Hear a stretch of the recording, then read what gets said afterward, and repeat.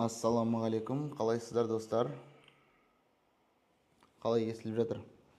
Жалпы. Рахмет, уалейкум ассалам. Дәл қазір сондамын дейді. Данияр, давай, вперед, братишка, давай, топи. Хансбой дейді. Сәлеметсіздер ме, достар? Давайте 5000 лайк жинап тастайық та эфирімізді бастаймыз. Білесіздер ғой, бірінші эфир бастамастан 5000 лайкқа жеткіземіз де, сосын бастаймыз бәрін. Сәлеметсіздер ме? Айка Кука дейді. 33 жинадым дейді. Мен давайте закрепить етіп кетейінші. Молодец. Я очень рад. Айка Кука. Мақпал. Ертең мен тест тапсырам дейді. Сәттілік сізге. Жеңіл тапсырып өтіңіз. Бүгін мұқият қараңыз біздің эфирді. Мүмкін осы сұрақтар сіздерге келуі мүмкін, е? Уалейкум ассалам, достар. Бізде 138 адам эфирімізде отыр екен. Давайте 5000 лайкқа жеткізіп тастайық та эфирімізді бастайық. Өздеріңіздің арқаларыңызда шынымен бар ғой. Әр адам өзі талпынбаса, андай мен оқимын, мен жүргізуші куәлігін алам, мен бүйтем, сөйтем демесе, одан ештеңке шықпайды. Сондықтан сіз самостоятельно өз күшіңізбен өзіңіз алдыңыз. Сізге сәттілік жолда. Абайлап жүріңіз. Орысша қашан болады дейді. Кешкі 6-дан 7 уақыт аралығында басталады орыс тілінде. 6-дан 7 уақыт аралығында. 6 до 7 на русском языке скажу, да. Рахмет, друзья, заходим на эфир. Мы ежедневно проводим на 2 языках, на русском и на казахском языке. Правила дорожного движения Казахстана. Заходите на наш стрим. Уалейкум ассалям, Ерко, қалай жағдай? Тест қаншадан доступ дейді. Қазір түсіндірем. 5000-ға жеттік па? Ал давайте эфирімізді бастаймыз. Пам деймін. Енді бірінші сұраққа келсек, қараңдар. Бұл жол белгісі не туралы ақпараттандырады дейді.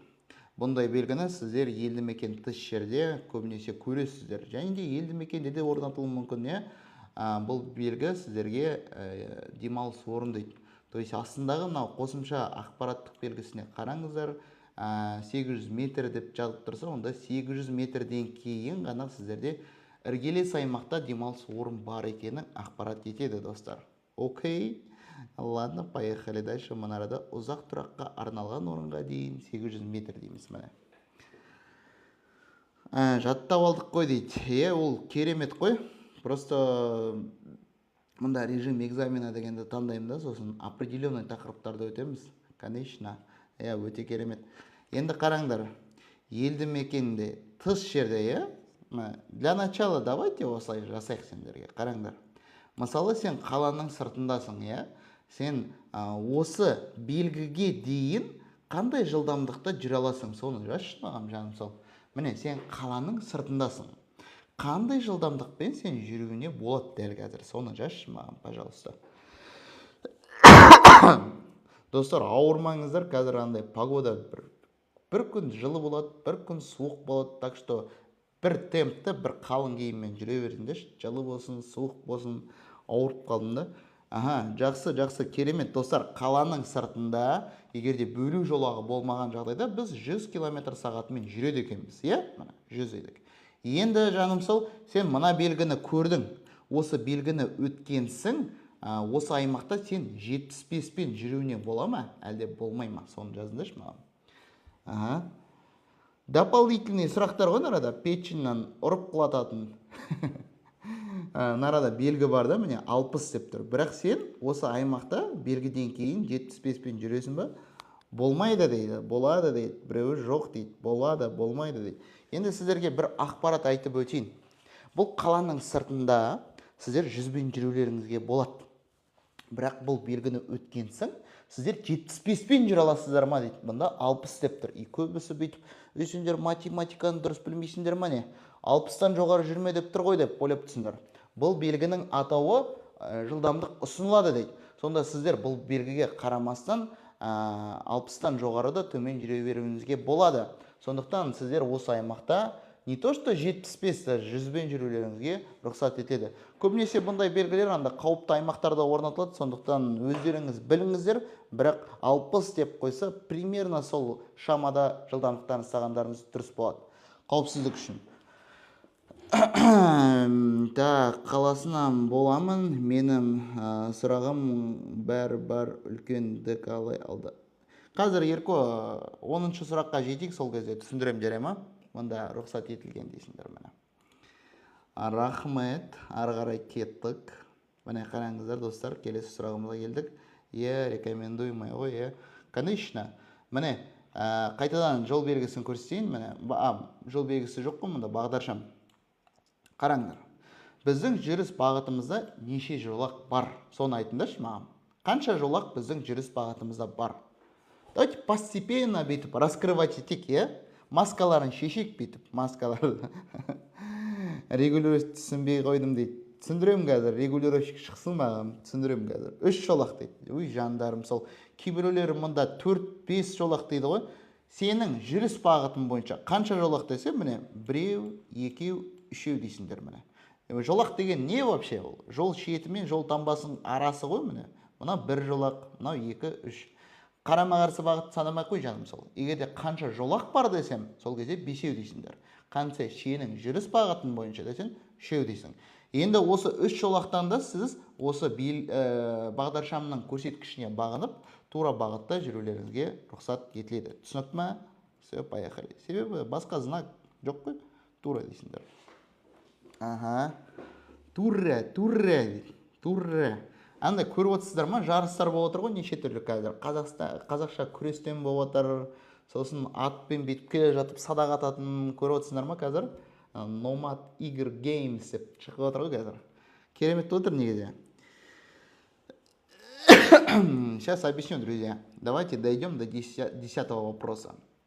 Енді келесі сұрағымыз, мынау керемет сұрақ негізі. Көп жерде осындай жол көлік оқиғасы болатын жерлерде, себебі білмейді қандай кезектілікпен жүру керек. Кері бұрылған кезде жеңіл автомобиль жүргізушісі мынау автобусқа жол беремін. Представь, что ты разворачивайся, да?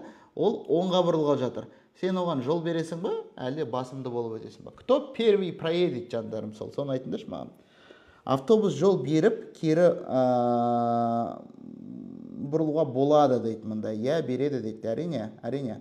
Қараңдар, егерде регулировщик тұрады ғой, именно бағдаршам емес, регулировщик болған кезде біз осы положениясында кез келген бағытта жүре аламыз негізі. Бірақ кері бұрылам деп, конкретно кері бұрылайын десең, міне кері бұрылған кезде ол біздің помеха справа болады, жандарым. Сондықтан автобус бірінші, содан кейін барып біз жүрісімізді жалғастырамыз. Бірақ сіздер постоянно помеха справа деген темаларыңды айтпаңдар, жандарым. Чисто регулировщик болған кезде, бағдаршам болған кезде басқалай қолданасыңдар, жарай ма? Жарайды. Мында былай. Автобусқа жол бермей бірінші болып кері бұрылуды орындайды. Автобусқа жол беріп, кері бұрылуды орындайды дейді міне. Варианты ғой міне. Қараңдар, анимациясын көрсетейін. Дәл осылай ертең өз іс-әрекеттеріңді аяқтайсыңдар.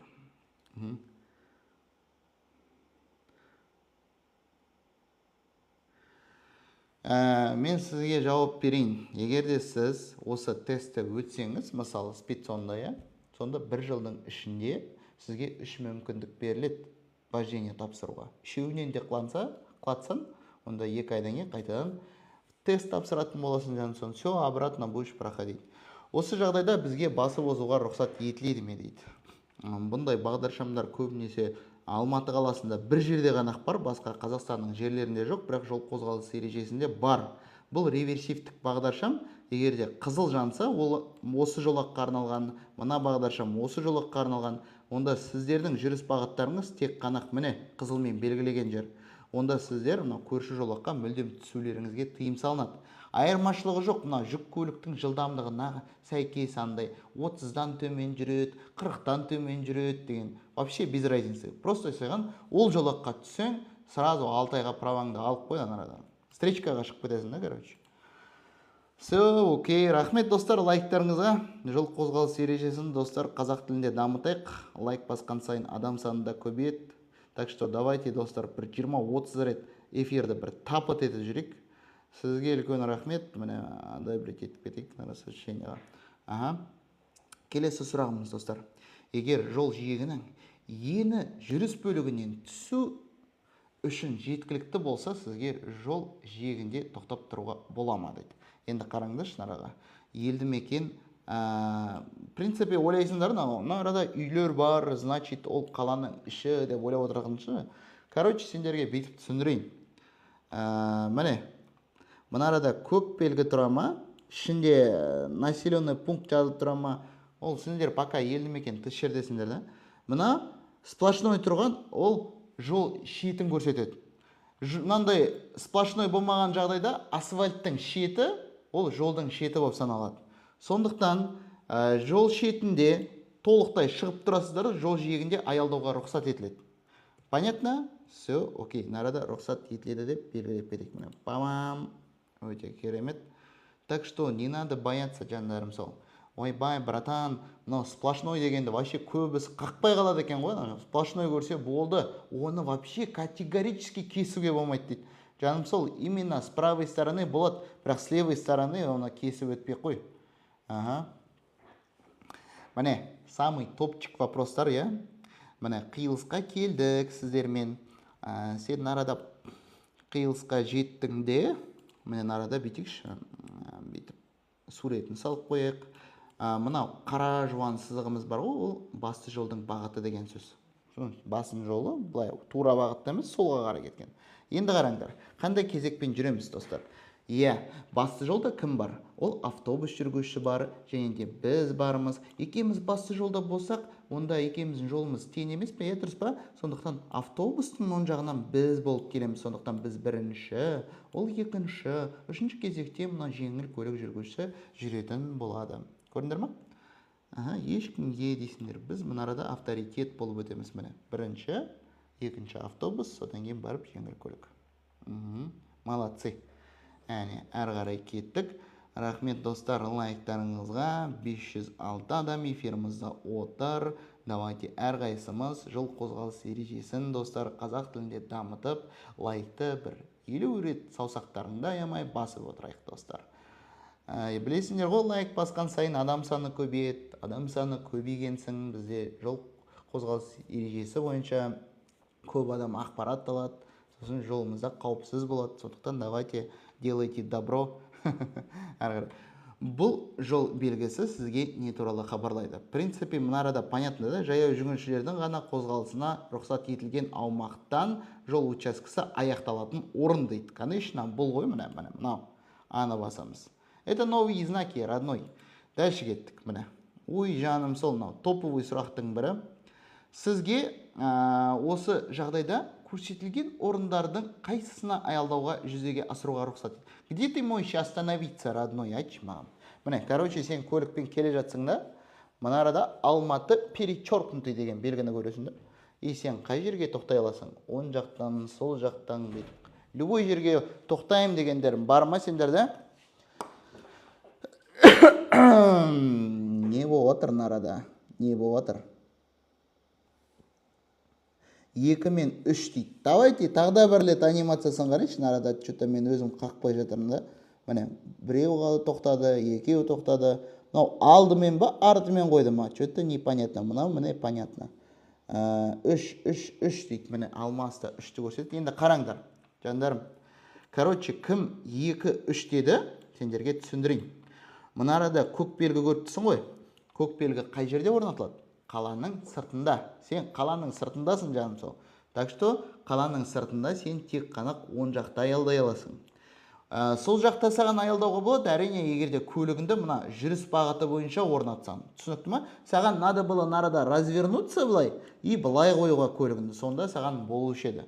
Қазір дұрыс жауабымыз бізде тек қана 3 деген дұрыс болады. Енді түсіндір ме? Тек 3 дейсіңдер міне. Өте керемет. Ал жақсы. Давайте тағда бір скорості тексеріп көрейік. Міне келе жатсың да көлікпен, я?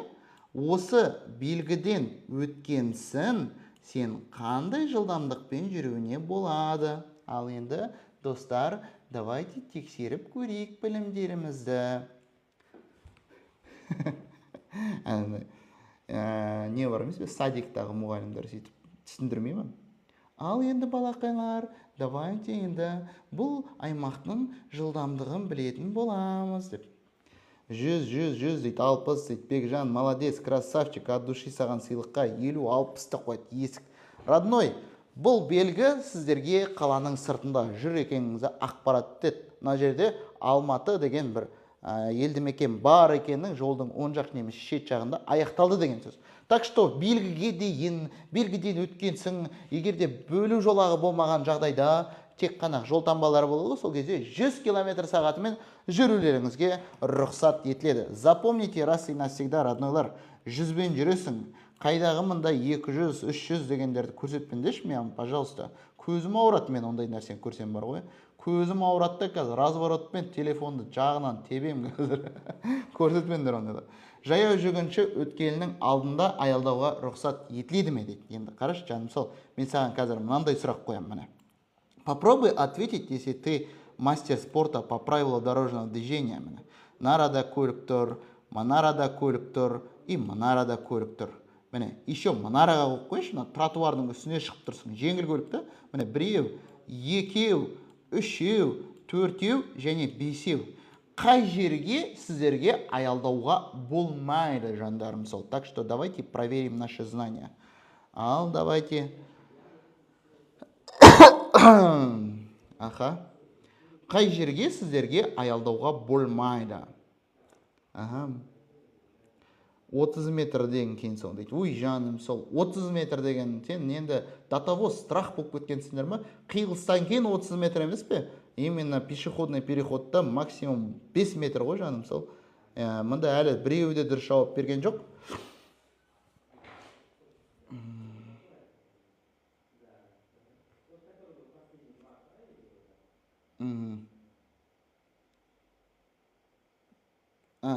Все. Разобрались. Енді қараңдар, түсіндіріп өтейін.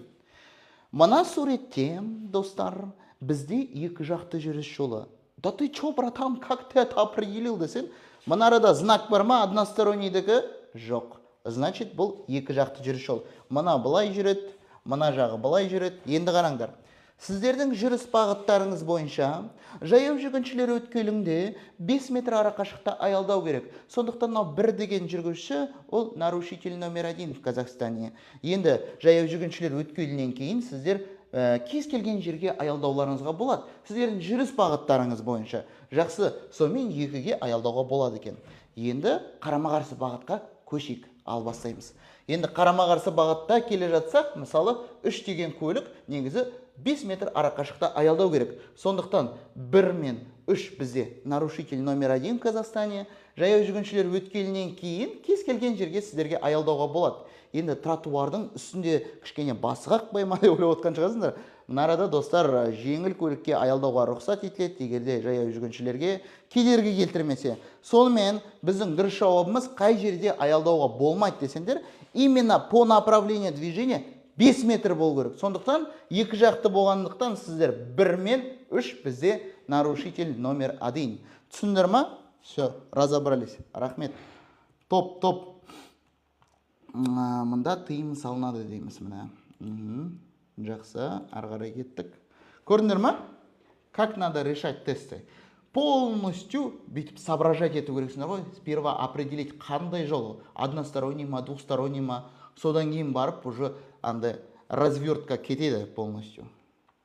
Все, поехали. Егер сіз сол жерде тұрсаңыз, қиылыстан оңға бұрылуға рұқсат па дейді. Қараш, жаным, сол нарада мысалы мынандай белгі бар да, оңға бұрылуға болмайды дейді. Саған напрямую айтып тұр да, ей, саған оңға болмайды, сен бұрыла аласың ба мына арада? Бірақ сен осы районда тұрасың да, осы үйде тұрасың да, саған бұрылуға бола ма мына жақтан? Айтшы маған. Туалетке қысылып тұрсам бұрылып кетуге болады десеш, 3 МРП төлейсің нарада сразу бұрылып кетсең. Сондықтан, достар, бұл белгі осы қиылыстың бөлігінде әрекет етеді, саған бұрылуға болмайды, қалай қысылып жатсаң да болмайды. Сондықтан тура бағытта жүресің де, басқа жолмен кіруіне болады үйіне. Дәлші кеттік нарада. Так, тыйым салынған дейсіңдер міне. Айналып өту дейді. Сендердің знактарын үшін мен үйіме жетпей қалдым деп отырасыңдар ғой содан. Жарайды. Автомагистральдарда аялдауға дейді. То есть сендер автомагистраль дегенді білесіңдер ғой. Жасыл белгілер бар. Жасыл белгілерде сіздерге аялдауға бола ма? Рұқсат етілген, тыйым салынған тұрақ орны немесе демалыс орны жол белгілерімен белгіленген арнайы тұрақ орындарда ғана рұқсат етіледі десе, конечно, это правильный вариант будет С, жандарым сол. Так что автомагистральда мүлдем аялдауға болмайды. Себебі ол жерде жылдамдық 140-қа дейін да, сен прикинь, тоқтап тұрсаң кішкене жаман болады да саған.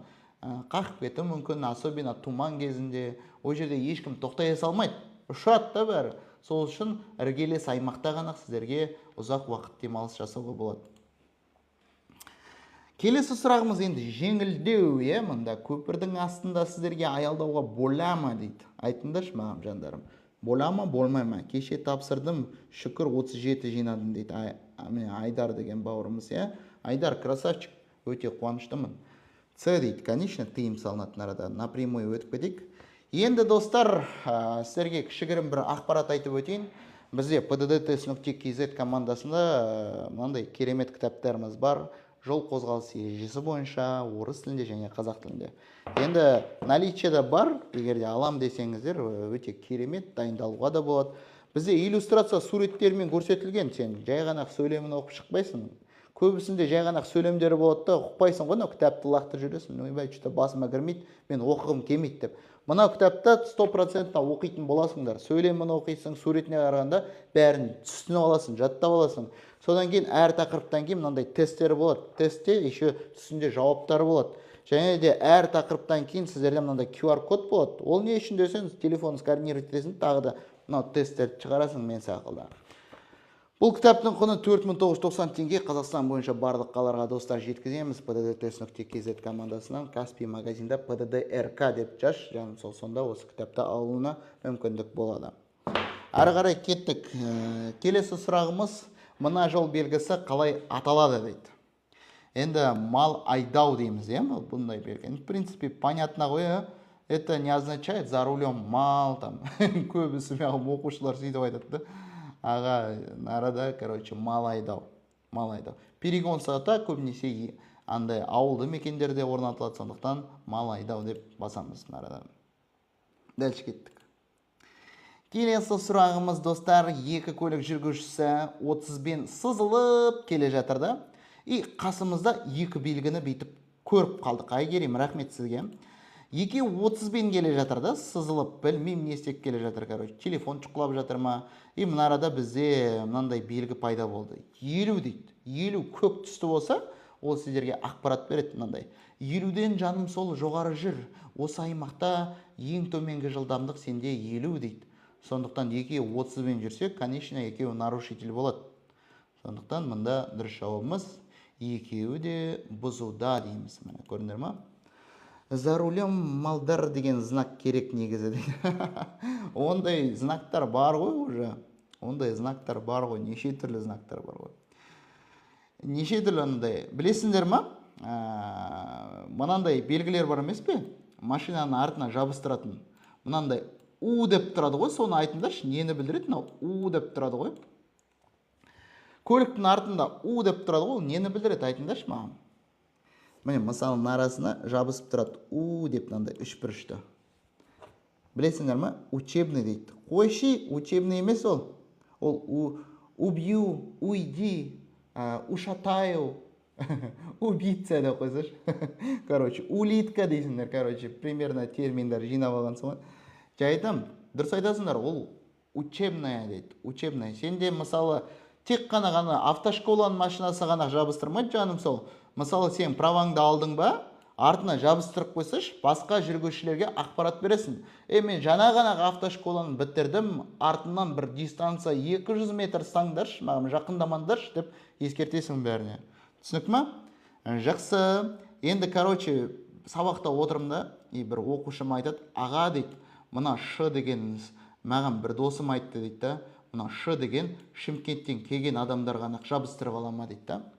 Дәл солай. Содан кейін отырады, аға, онда бізде Шымкенттен келген адамдар қыста Астанада көп екен ғой деп қойды. Жаным сол, Ш деген ол дөңгелектегі шипы емес пе, андай инелері шығып тұрады ғой. Соны сен басқа жүргізушілерге ескертесің. Менің дөңгелегім шиповный, сондықтан арақашықтық сақтап жүр деген сақылды ақпаратта болды. Так что жандарым сол шыны көргенсің, зема деп жүрмеңдер ана арада. Ты с какого района деп атайды. Жарайды, дальше кеттік. Короче, біз мұнараға жеттік, қиылысқа келдік. Енді қиылыста сіздерге аялдауға бола ма, әлде болмай ма дейді. Енді мынау жол таңбасына қарасан, родной, мынау сплошной дейді, тұтас таңба дейді. Осы жол көліктің шетінен жол таңбаның арасы 3 метр. То есть сені смело басқа көлік айналып өте алады. Сондықтан достар, қиылыстың өзінде сіздерге аялдауға болады, бірақ жол таңбасына назар аударыңдар достар. Здесь два варианта мен сендерге айтайын. Үзік сызық болса болмайды, сплошной немесе бөлу жолағы болса, онда рұқсат етілетіндер. Окей. Шыдан бәрі емес екеу болады. Еще андай бар ғой. Отбасымен келе жатсан, Шымкенттен келе жатсам, бір шы емес, 4 шы қоясың ба, типа бізде 4 Шымкенттен келген адамымыз бар деген сақылды 4-еу қойып тастайсың ба? Жаным сол, ол жай ғана ескертеді сенде, шипы, не шипы. Так что не надо париться. Ондай болса бәрі қалай өздерінікін жабыстырып алмай ма, С деген Семей, Қ деген Қарағанды да қойсын. Осы жағдайда сізге басып озуға рұқсат етіледі ме дейді. Жаным сол, сенде егерде қаланың сырты болсын, іші болсын, сен андай бағдаршам көресің ба? Бағдаршамда қызыл немесе мүлдем бағдаршам реттелмейтін болса, осы жолаққа саған категорически запрещается. Сондықтан дұрыс жауабымыз тыйым салынады дейсіңдер міне. Жақсы. Болмайды деп отырсыңдар ма? Жақсы, ары қарай кеттік. Достар, бізде 575 адам эфирімізде отыр екен. 36.400 лайк жинаптық, достар. Давайте бір 100 мыңға жеткізіп тастайық.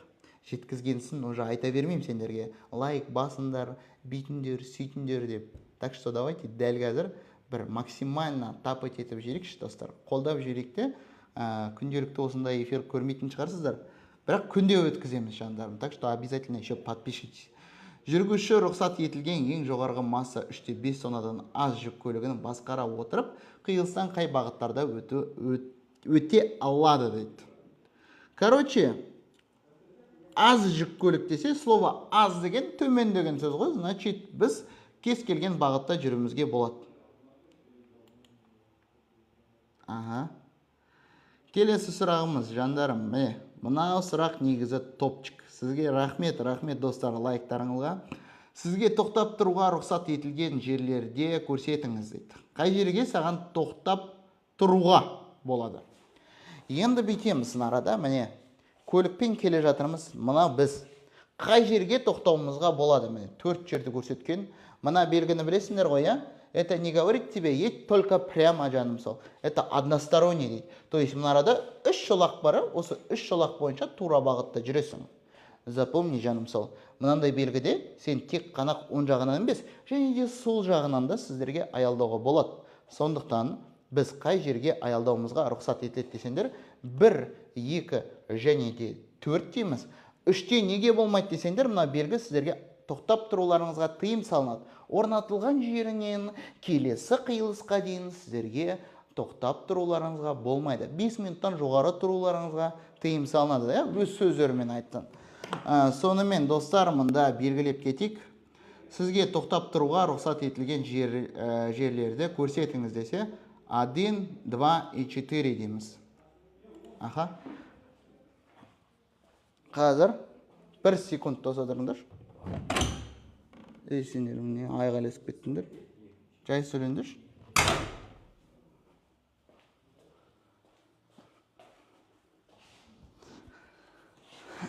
Yes дейді, yes, окей, Google, поехали дальше. Сізге мына көрсетілген жерге аялдауға рұқсат етіледі ме дейді. Қараңдар, жандарым сол. Аялдауға деген сөзіміз білесіңдер ғой. Это до 5 минут деген сөз бар ғой. 5 минутқа дейін саған бола ма дейді. Енді қара. Енді мынандай бар мына. Темір жол өтпесінде шлагбаумы бар екен, міне, бар. Енді қараңдар, мына бір сызығымыз сіздерге 50 метр жақындағандарыңызда ақпарат етеді.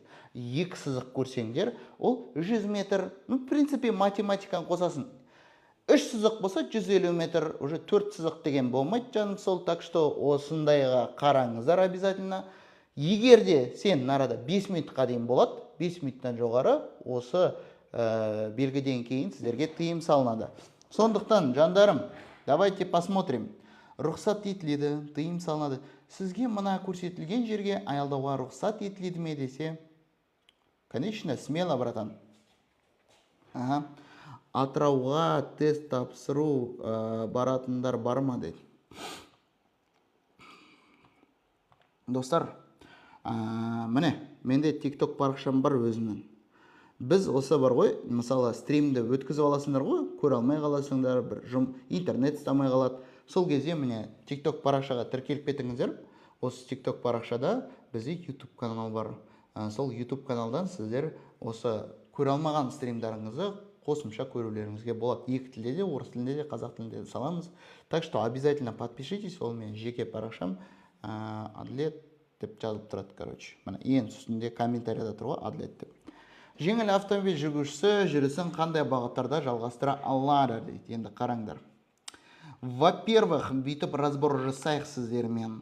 Мысалы реттеушіге қарасақ, он бүйтіп тұр да, бүйтіп тұр да, ол саған қарап тұрған жоқ. Это не означает, что он на тебя обиделся.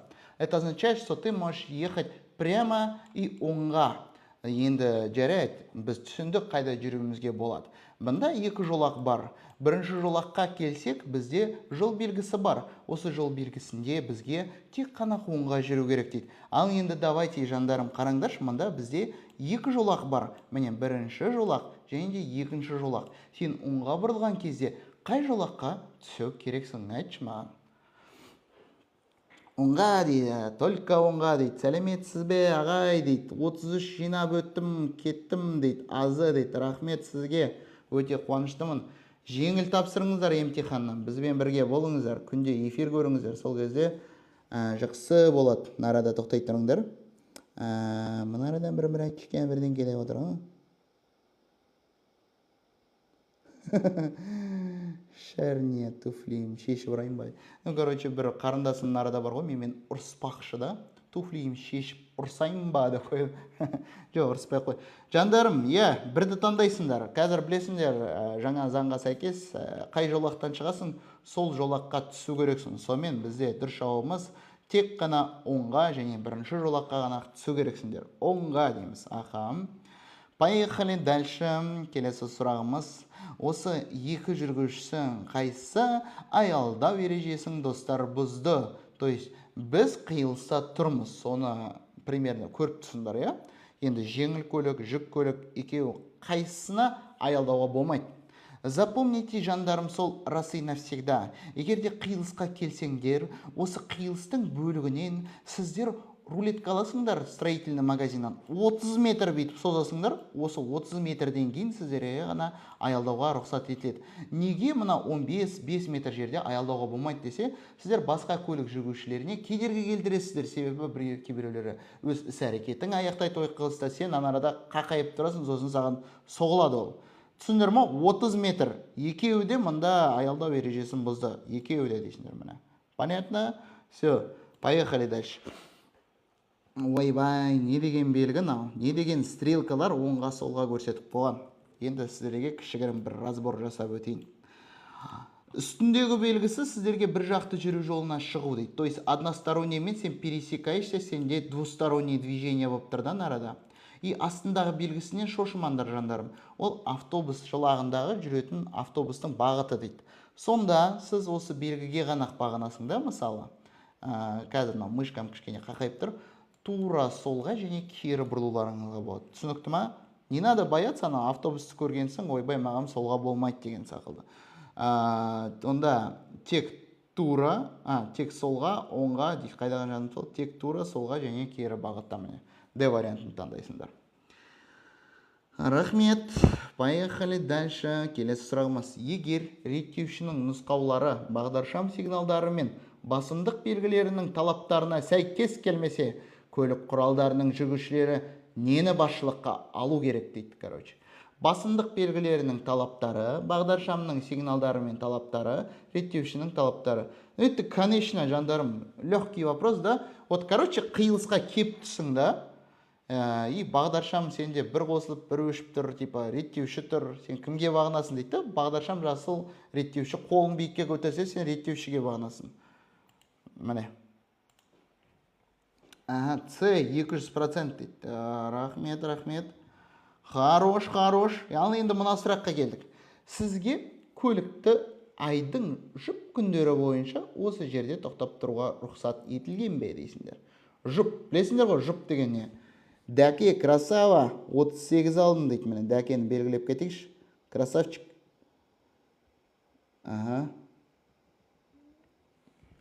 Красава. Ал енді қараңдар, бола ма, болмай ма? Ютубта неше күнде шығады осы эфир дейді. Ютубта ма? Бүгін Құдай қаласа салып жіберем сразу. Просто эфир 1-2 сағаттан кейін обработка жасайды да, содан кейін барып скачать ету керек, оған дейін басқа жұмыстармен кетіп қаламын да.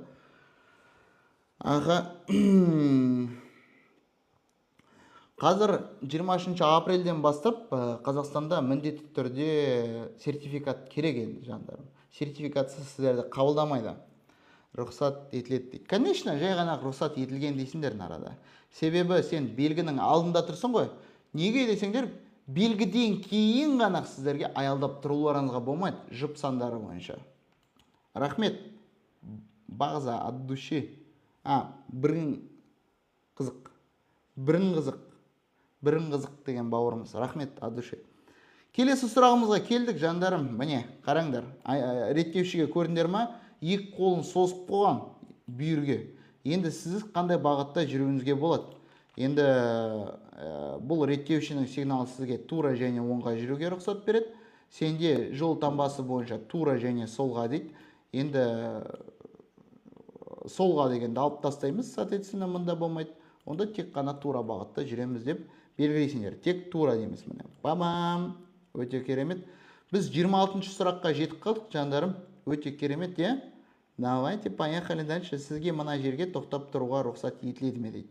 Енді қараш, автобус аялдамасында сендер қанша метр болу керек? Оны бәрлерін білетін шығарсыңдар, я?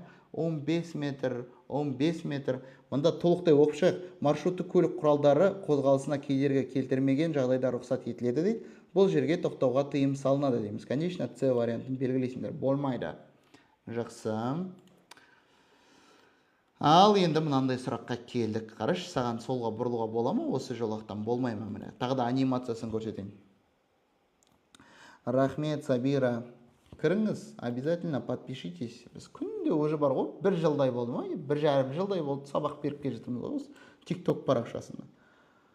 Міне, солға кеттік. Бола ма, болмай ма? Жоқ дейді.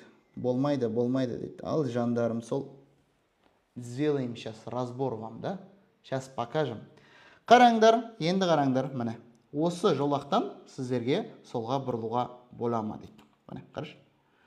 Жаным сол, сен арада знак көріп түсін ба не, нандай солға бұрылуға болмайды деген знак көріп түсін ба, жаным сол? Либо нарада нандай знак көріп түсін ба, міне, прямо ғана жүр деген знак көріп түсіндер ма? Сонымен, сендер мына бағдаршамға қарап шошып атсыңдар ғой. Неге бізге солға бұрылуға болмайды? Өйткені бағдаршам істемей тұр дейді. Бұл бағдаршам не үшін керек, жаным сол? Осы жолаққа түсуге бола ма, болмай ма, соны білдіреді. Мына арада басқа ешқандай знак жоқ, міне, знактар жоқ. Онда сен кез келген бағытта жүрмейсің ба, жаным сол? Тура, оңға, солға, даже разворот жасасаң да болады. Онда не үшін қойған мынау светофорда, ағай, мен түсінбей жатырмын дегендер бар ма? Енді қараш, жаным сол. Егер де мынандай ситуация болса, қара, міне келе жатсың да, и именно саған осы жолақтан жасыл жанатты, міне осы жерде көрсетіп жатқан. Онда сен осы жолақтан бұрылуына болмайды, жаным сол. Сен обязательно осы жолаққа көшесінде, содан кейін солға немесе кері бұрылуына болады. Енді түсіндің ме? Так что внимательно қараңдар. Знак, бағдаршам рұқсат беріп тұр ма? Знак таңба жоқ па? Любой жаққа жүре бересің. Смело. Все, мында бізге я дейміз. Рұқсат етіледі дейсіңдер мында. Дрифт жасауға бола ма дейді. Өзіне байланысты ғой, жаным сол. Дрифт жасағың келе ма? Зачем саған дөңгелегіңді құртып? Вообще дрифт дегенді сен анандай бар ғой, жабық алаңда істесейші, жолда қайдағы дрифт, сенің қасында бүгін бір оқушы келе жатып, қандай тәрбие бересің жаным сол. Өте қауіпті болады. Так что дрифтті қалада доғарыңдар десе. Сізге көрсетілген орынға аялдауға рұқсат етіледі ме дейді. Міне қараңдар. Бұл бізде жандарым мынандай белгі. Бір жақта жүру жолы дейді. Мұнда 3 жолақ бар, иә? Осы 3 жолақта сен қайда жүресің, айтшы маған? Тек қана тура бағытта жүресің, барлық жолақта. Сіздерге бұндай белгіден сол жақтан аялдауға болады. Ал енді кімге аялдауға болмайды десеңдер, салмағы 3,5 тоннадан жоғары болады ғой жүк көліктер. Соларға ғана сол жақтан тыйым салынады. Онда біздің жауабымыз мұнда смело, братан, смело. Мұндағы варианттары қиындау болып тұрды. Міне, рұқсат етіледі, бірақ тек жолаушыны отырғызу түсіру үшін дейді. Какая разница? Отырғызасың ба, түсіресің ба, сен тоқтағың келе ме, сол жақта смело тоқтай бересің. Соңға барып тест тапсырам, не совет бересің дейді. Қараңдар, достар, мынандай сұрақ қойып отырды. Вазология 09 дейді. Брат, қазір соңға барам дейді. Тест тапсырам, не совет бересің дейді. Ең бастысы, уайымдама. Вот реально соңға барасыңдар ғой, не надо потеря создавать етіп, анықтамаға барасыңда бүкілін сұрап аласың, қай жерге барам, анараға. Барасыңда, тестіңді жаттадың ба, 35-тен жоғары жинадың ба, ПДД тесттен, болды, смело кіресіңде, тестің шығарасың. Уайымдама. Саған 40 минут береді. Сосын кейбіреулері тестті датаға жаттап алады да, содан кейін бар ғой, бір 3 секундтың ішінде шығып кетеді екен. 3 минут, 4 минут. Жаным сол 40 минут береді ғой, асықпасай сен, асықпай шығар бәрін, сонда өтесің. Все, поехали дальше, достар. Мына арада саған аялдауға болама дейді. Енді қараш. Енді жол шетінен жол тамбаның арасы 4 метр деп тұр, е? Енді басқа көлік сені айналып өте ала ма? Айналып өтсе де, сплошной кесіп өтпей ма? Енді варианттарын оқиық енді. Рұқсат етіледі, тыйым салынады. Көлік құралдары қозғалысына кедергі тудырған жағдайда тыйым салады дейді. Конечно, варианты бізде С болады. Мына арада негізі жай ғана тоқтасан болады да, адам түсіріп кетесің, дальше кетіп қаласың, бірақ ұзақ уақыт тұруға болмайды. Тоқтауға десе, конечно, мынаны басасыңдар мына. Өте керемет. Бүгін өте алмай қалдым дейді. Екінші шанс қашан тапсырам дейді. Бірінші рет тапсыра алмасыңдар, келесі күні баруларына болады. Екінші күні тапсыра алмайсың ба, бір айдан кейін барасың. Түсінікті ма? Короче, дәл солай. Үшінші рет тапсыра алмасаң, жаным сол 2 айдан кейін барасың. Көрсетілген жерге сізге тоқтап тұруға рұқсат етіледі ме дейді. Жаңа ғана болды ғой сұрақ, рұқсат етіледі дейміз. Неше 30-ға жеттік па? От души автошкола тапсыруға бола ма дейді. Автошколасыз, олай болмайды. Обязательно автошколаға барасыңдар. Жандарым, бізде 488 адам эфирімізде отыр екен. Давайте бір 100 мың лайкқа жеткізіп тастайықшы. Давайте вы пока тапайте, а мен сіздерге бір ақпарат айтып өтейін. Бізде мынандай керемет кітаптарымыз бар, жол қозғалысы ережесі бойынша. Бұл кітаптардың ерекшелігі, жандарым, көлік мектебінде оқысаң да, праваң болса да, бұл кітап сізге керемет көмек береді. Допустим, сені бір гаишник тоқтатып деші, примерно. И сен, мысалы, білесің де, кітапты алғансың, и мына суреттер арқылы түсіндіріп өтесің. Братан, смотри, я же вот эти действия делал дейсің. Міне көрсетесің, пунктті көрсетесің, содан кейін сені жібере салады. Так что, достар, бұл кітапта сөйлемі бар, иллюстрация бар, және де тесттері бар, жауаптармен и QR-код бар. QR-код не үшін десеңдер, ол тақырыпты, осы оқыған тақырыбы бойынша тест шығаруларыңызға мүмкіндік болады. Каспий магазинда 4990 теңге, Қазақстан бойынша барлық қалаларға жеткіземіз. Сондықтан, достар, алып дайындалыңыздар. 100% сонда готовы боласың ПДД-ға. Поехали. Рахмет, от души.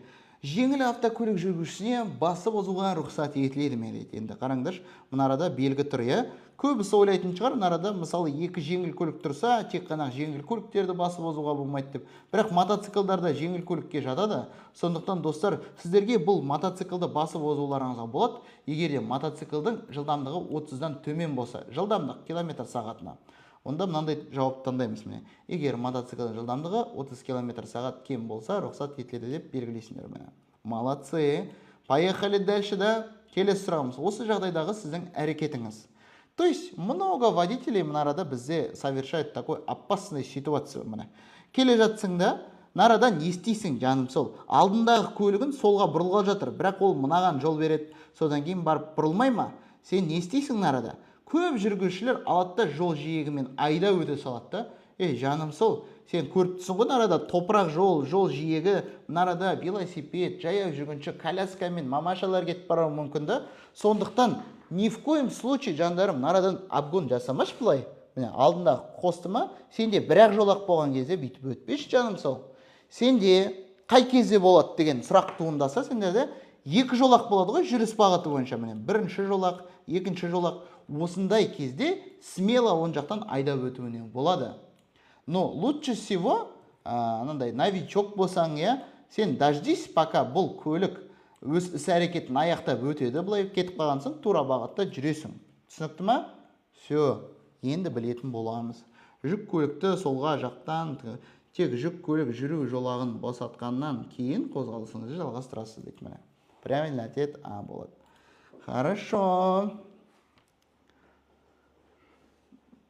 Асықпау керек, асықпау. Осы жағдайда сізге қандай бағыттарда қозғалысыңызды жалғастыруға рұқсат етіледі дейді. Міне қараңдар. Регулировщик на тебя не смотрит. Тебе не надо на это обижаться, жаным сол. Ол реттеушінің сигналы. Айғайлап тұрма, братан, маған қарайсаш деп. Олай емес. Ол саған қарамаса, сен тура және оңға жүруіне болады. Оңға жүрген кезде сіздер жаяу жүргіншілерге міндетті түрде жол бересіңдер. Түсінікті ма? Айда өтпеңдер, короче. Мына арадан бір қадам, андай тротуардан бар ғой, бір қадам жүреді ғой, сол кезде сен жол бересің. Тура және оңға дейміз. Поехали дальше. Осы жол белгілерімен белгіленген жерде рұқсат етілген салмағы 3/5 тоннадан асатын жүк көлігін тоқтап тұруға рұқсат етіледі ме дейді. Енді мына арада көлік құралының орнату тәсілі деген белгі орнатылып тұр. Бұл жерде жеңіл көлікті көрсетсе, жүк көлікпен мүлдем тыйым салынады. Жандарым, ертең дворда сендерде мынандай белгілер бар. Ол жерде қалай сурет салынып тұрады, дәл солай көліктеріңізді орнату керексіздер. Басқалай қойсаңыздар, айыппұл аласыздар. Жарай ма? Кеттік, тыйым салынады дейміз. Жақсы, ары қарай келесі сұрағымыз. Короче, финишқа жетеміз қазір. 4 сұрағымыз қалды ғой, жандарым, рахмет. 100 000 лайкқа жеткізіп саптық. Жеңіл автомобиль жүргізушісіне осы белгінің әрекет аймағында басып озуға орындауға рұқсат етіледі ме дейді. Қараш. Короче, сен мына арада подругамен отырсың да, короче, мына белгіні көресің де, басып озасың. Саған басып озуға бола ма, әлде болмай ма? Ты прям хочешь показать, что ты такой крутой, короче. И басып озуына бола ма нарада, болмай ма мынандай белгі кезінде? Айтшы маған, жаным сол. Ц дегенді батырып атсыңдар, Мадияр деген болады дейді. Жандарым, бұл белгі тек қана салмағы 3/5 тоннадан жоғары көліктерге басып озуға тыйым салынады. Сен жеңіл көлікпен келе жатсың. Рахмет, от души сыйлықтарыңызға. Камбойский шляпа ма? И басып озуларыңызға болатын арада міне. Дейсіңдер. Жақсы. Келесіне көшеміз. Достар, 4-ақ сұрақ қалды міне. Қараңдаршы, осы жағдайда басып озуға рұқсат етілген бе? Бағдаршам істемесе, саған басып озуға болмайды. Сондықтан тыйым салынған. Поехали дальше, кішкене қалды, жандарым. Ақ түсті жүк автокөлігі жүргізушісі тұраққа тұру ережесін бұзды ма дейді. Конечно, жандарым, айттым ғой. Тротуардың үстінде бұлай жүк көлікке тұруға болмайды. Ол жаяу жүргіншілерге кедергіге келтіреді. Сондықтан ол қалай көлігін тоқтату керек десеңдер, мына жол шетіне тоқтайды да бұлай. И то нарада сплошной оған тоқтауға болады, там высадить кого-то и дальше кетуге, и то кедергі келтірмесе. Сонымен нарада ережені бұзған жоқ дейін, ережені бұзды дейміз. Бұзды. Ары қарай кеттік. Бағдаршамдардың мына сигналдары кезіндегі дейді. Енді Алматы қаласында негізі бұлайда әр жолаққа бағдаршам орнатылған. Жасыл жанып тұрма, көкке арналған, қызыл жанып тұрма, сарыға арналған. Мына бағдаршам ол маршруттық көлік құралының жолағына арналған. Сондықтан бізде жауабымыз көк және автобус тура. Автобус тек тура жүруге рұқсат етіледі, көк автокөлікке тура, сары автокөлік жүруге тыйым салынады. Все, жандарым, последний вопрос. Последний вопрос. Ба-ба-ба-бам. Финалға жеттік па, жеткен жоқпыз ба? Айтыңдаршы маған, а?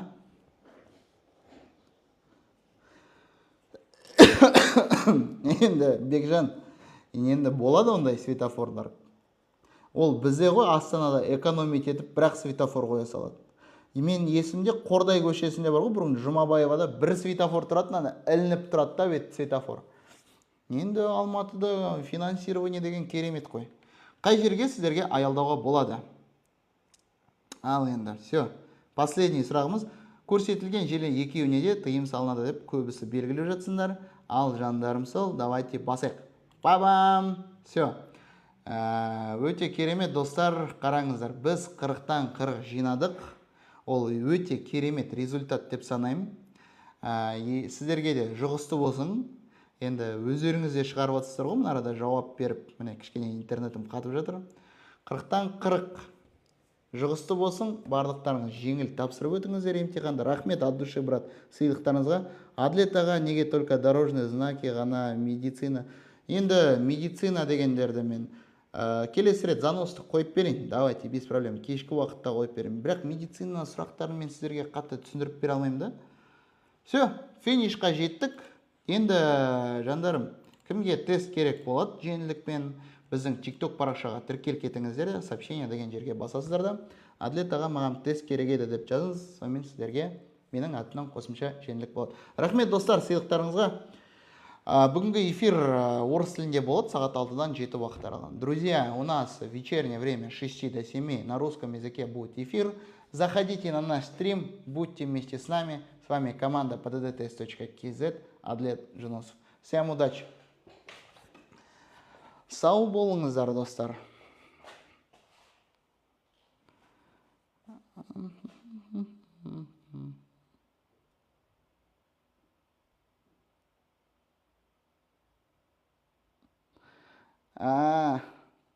Ондай Бекжан қасына бір медик қызды қойып қоймайсыз ба деп қойды.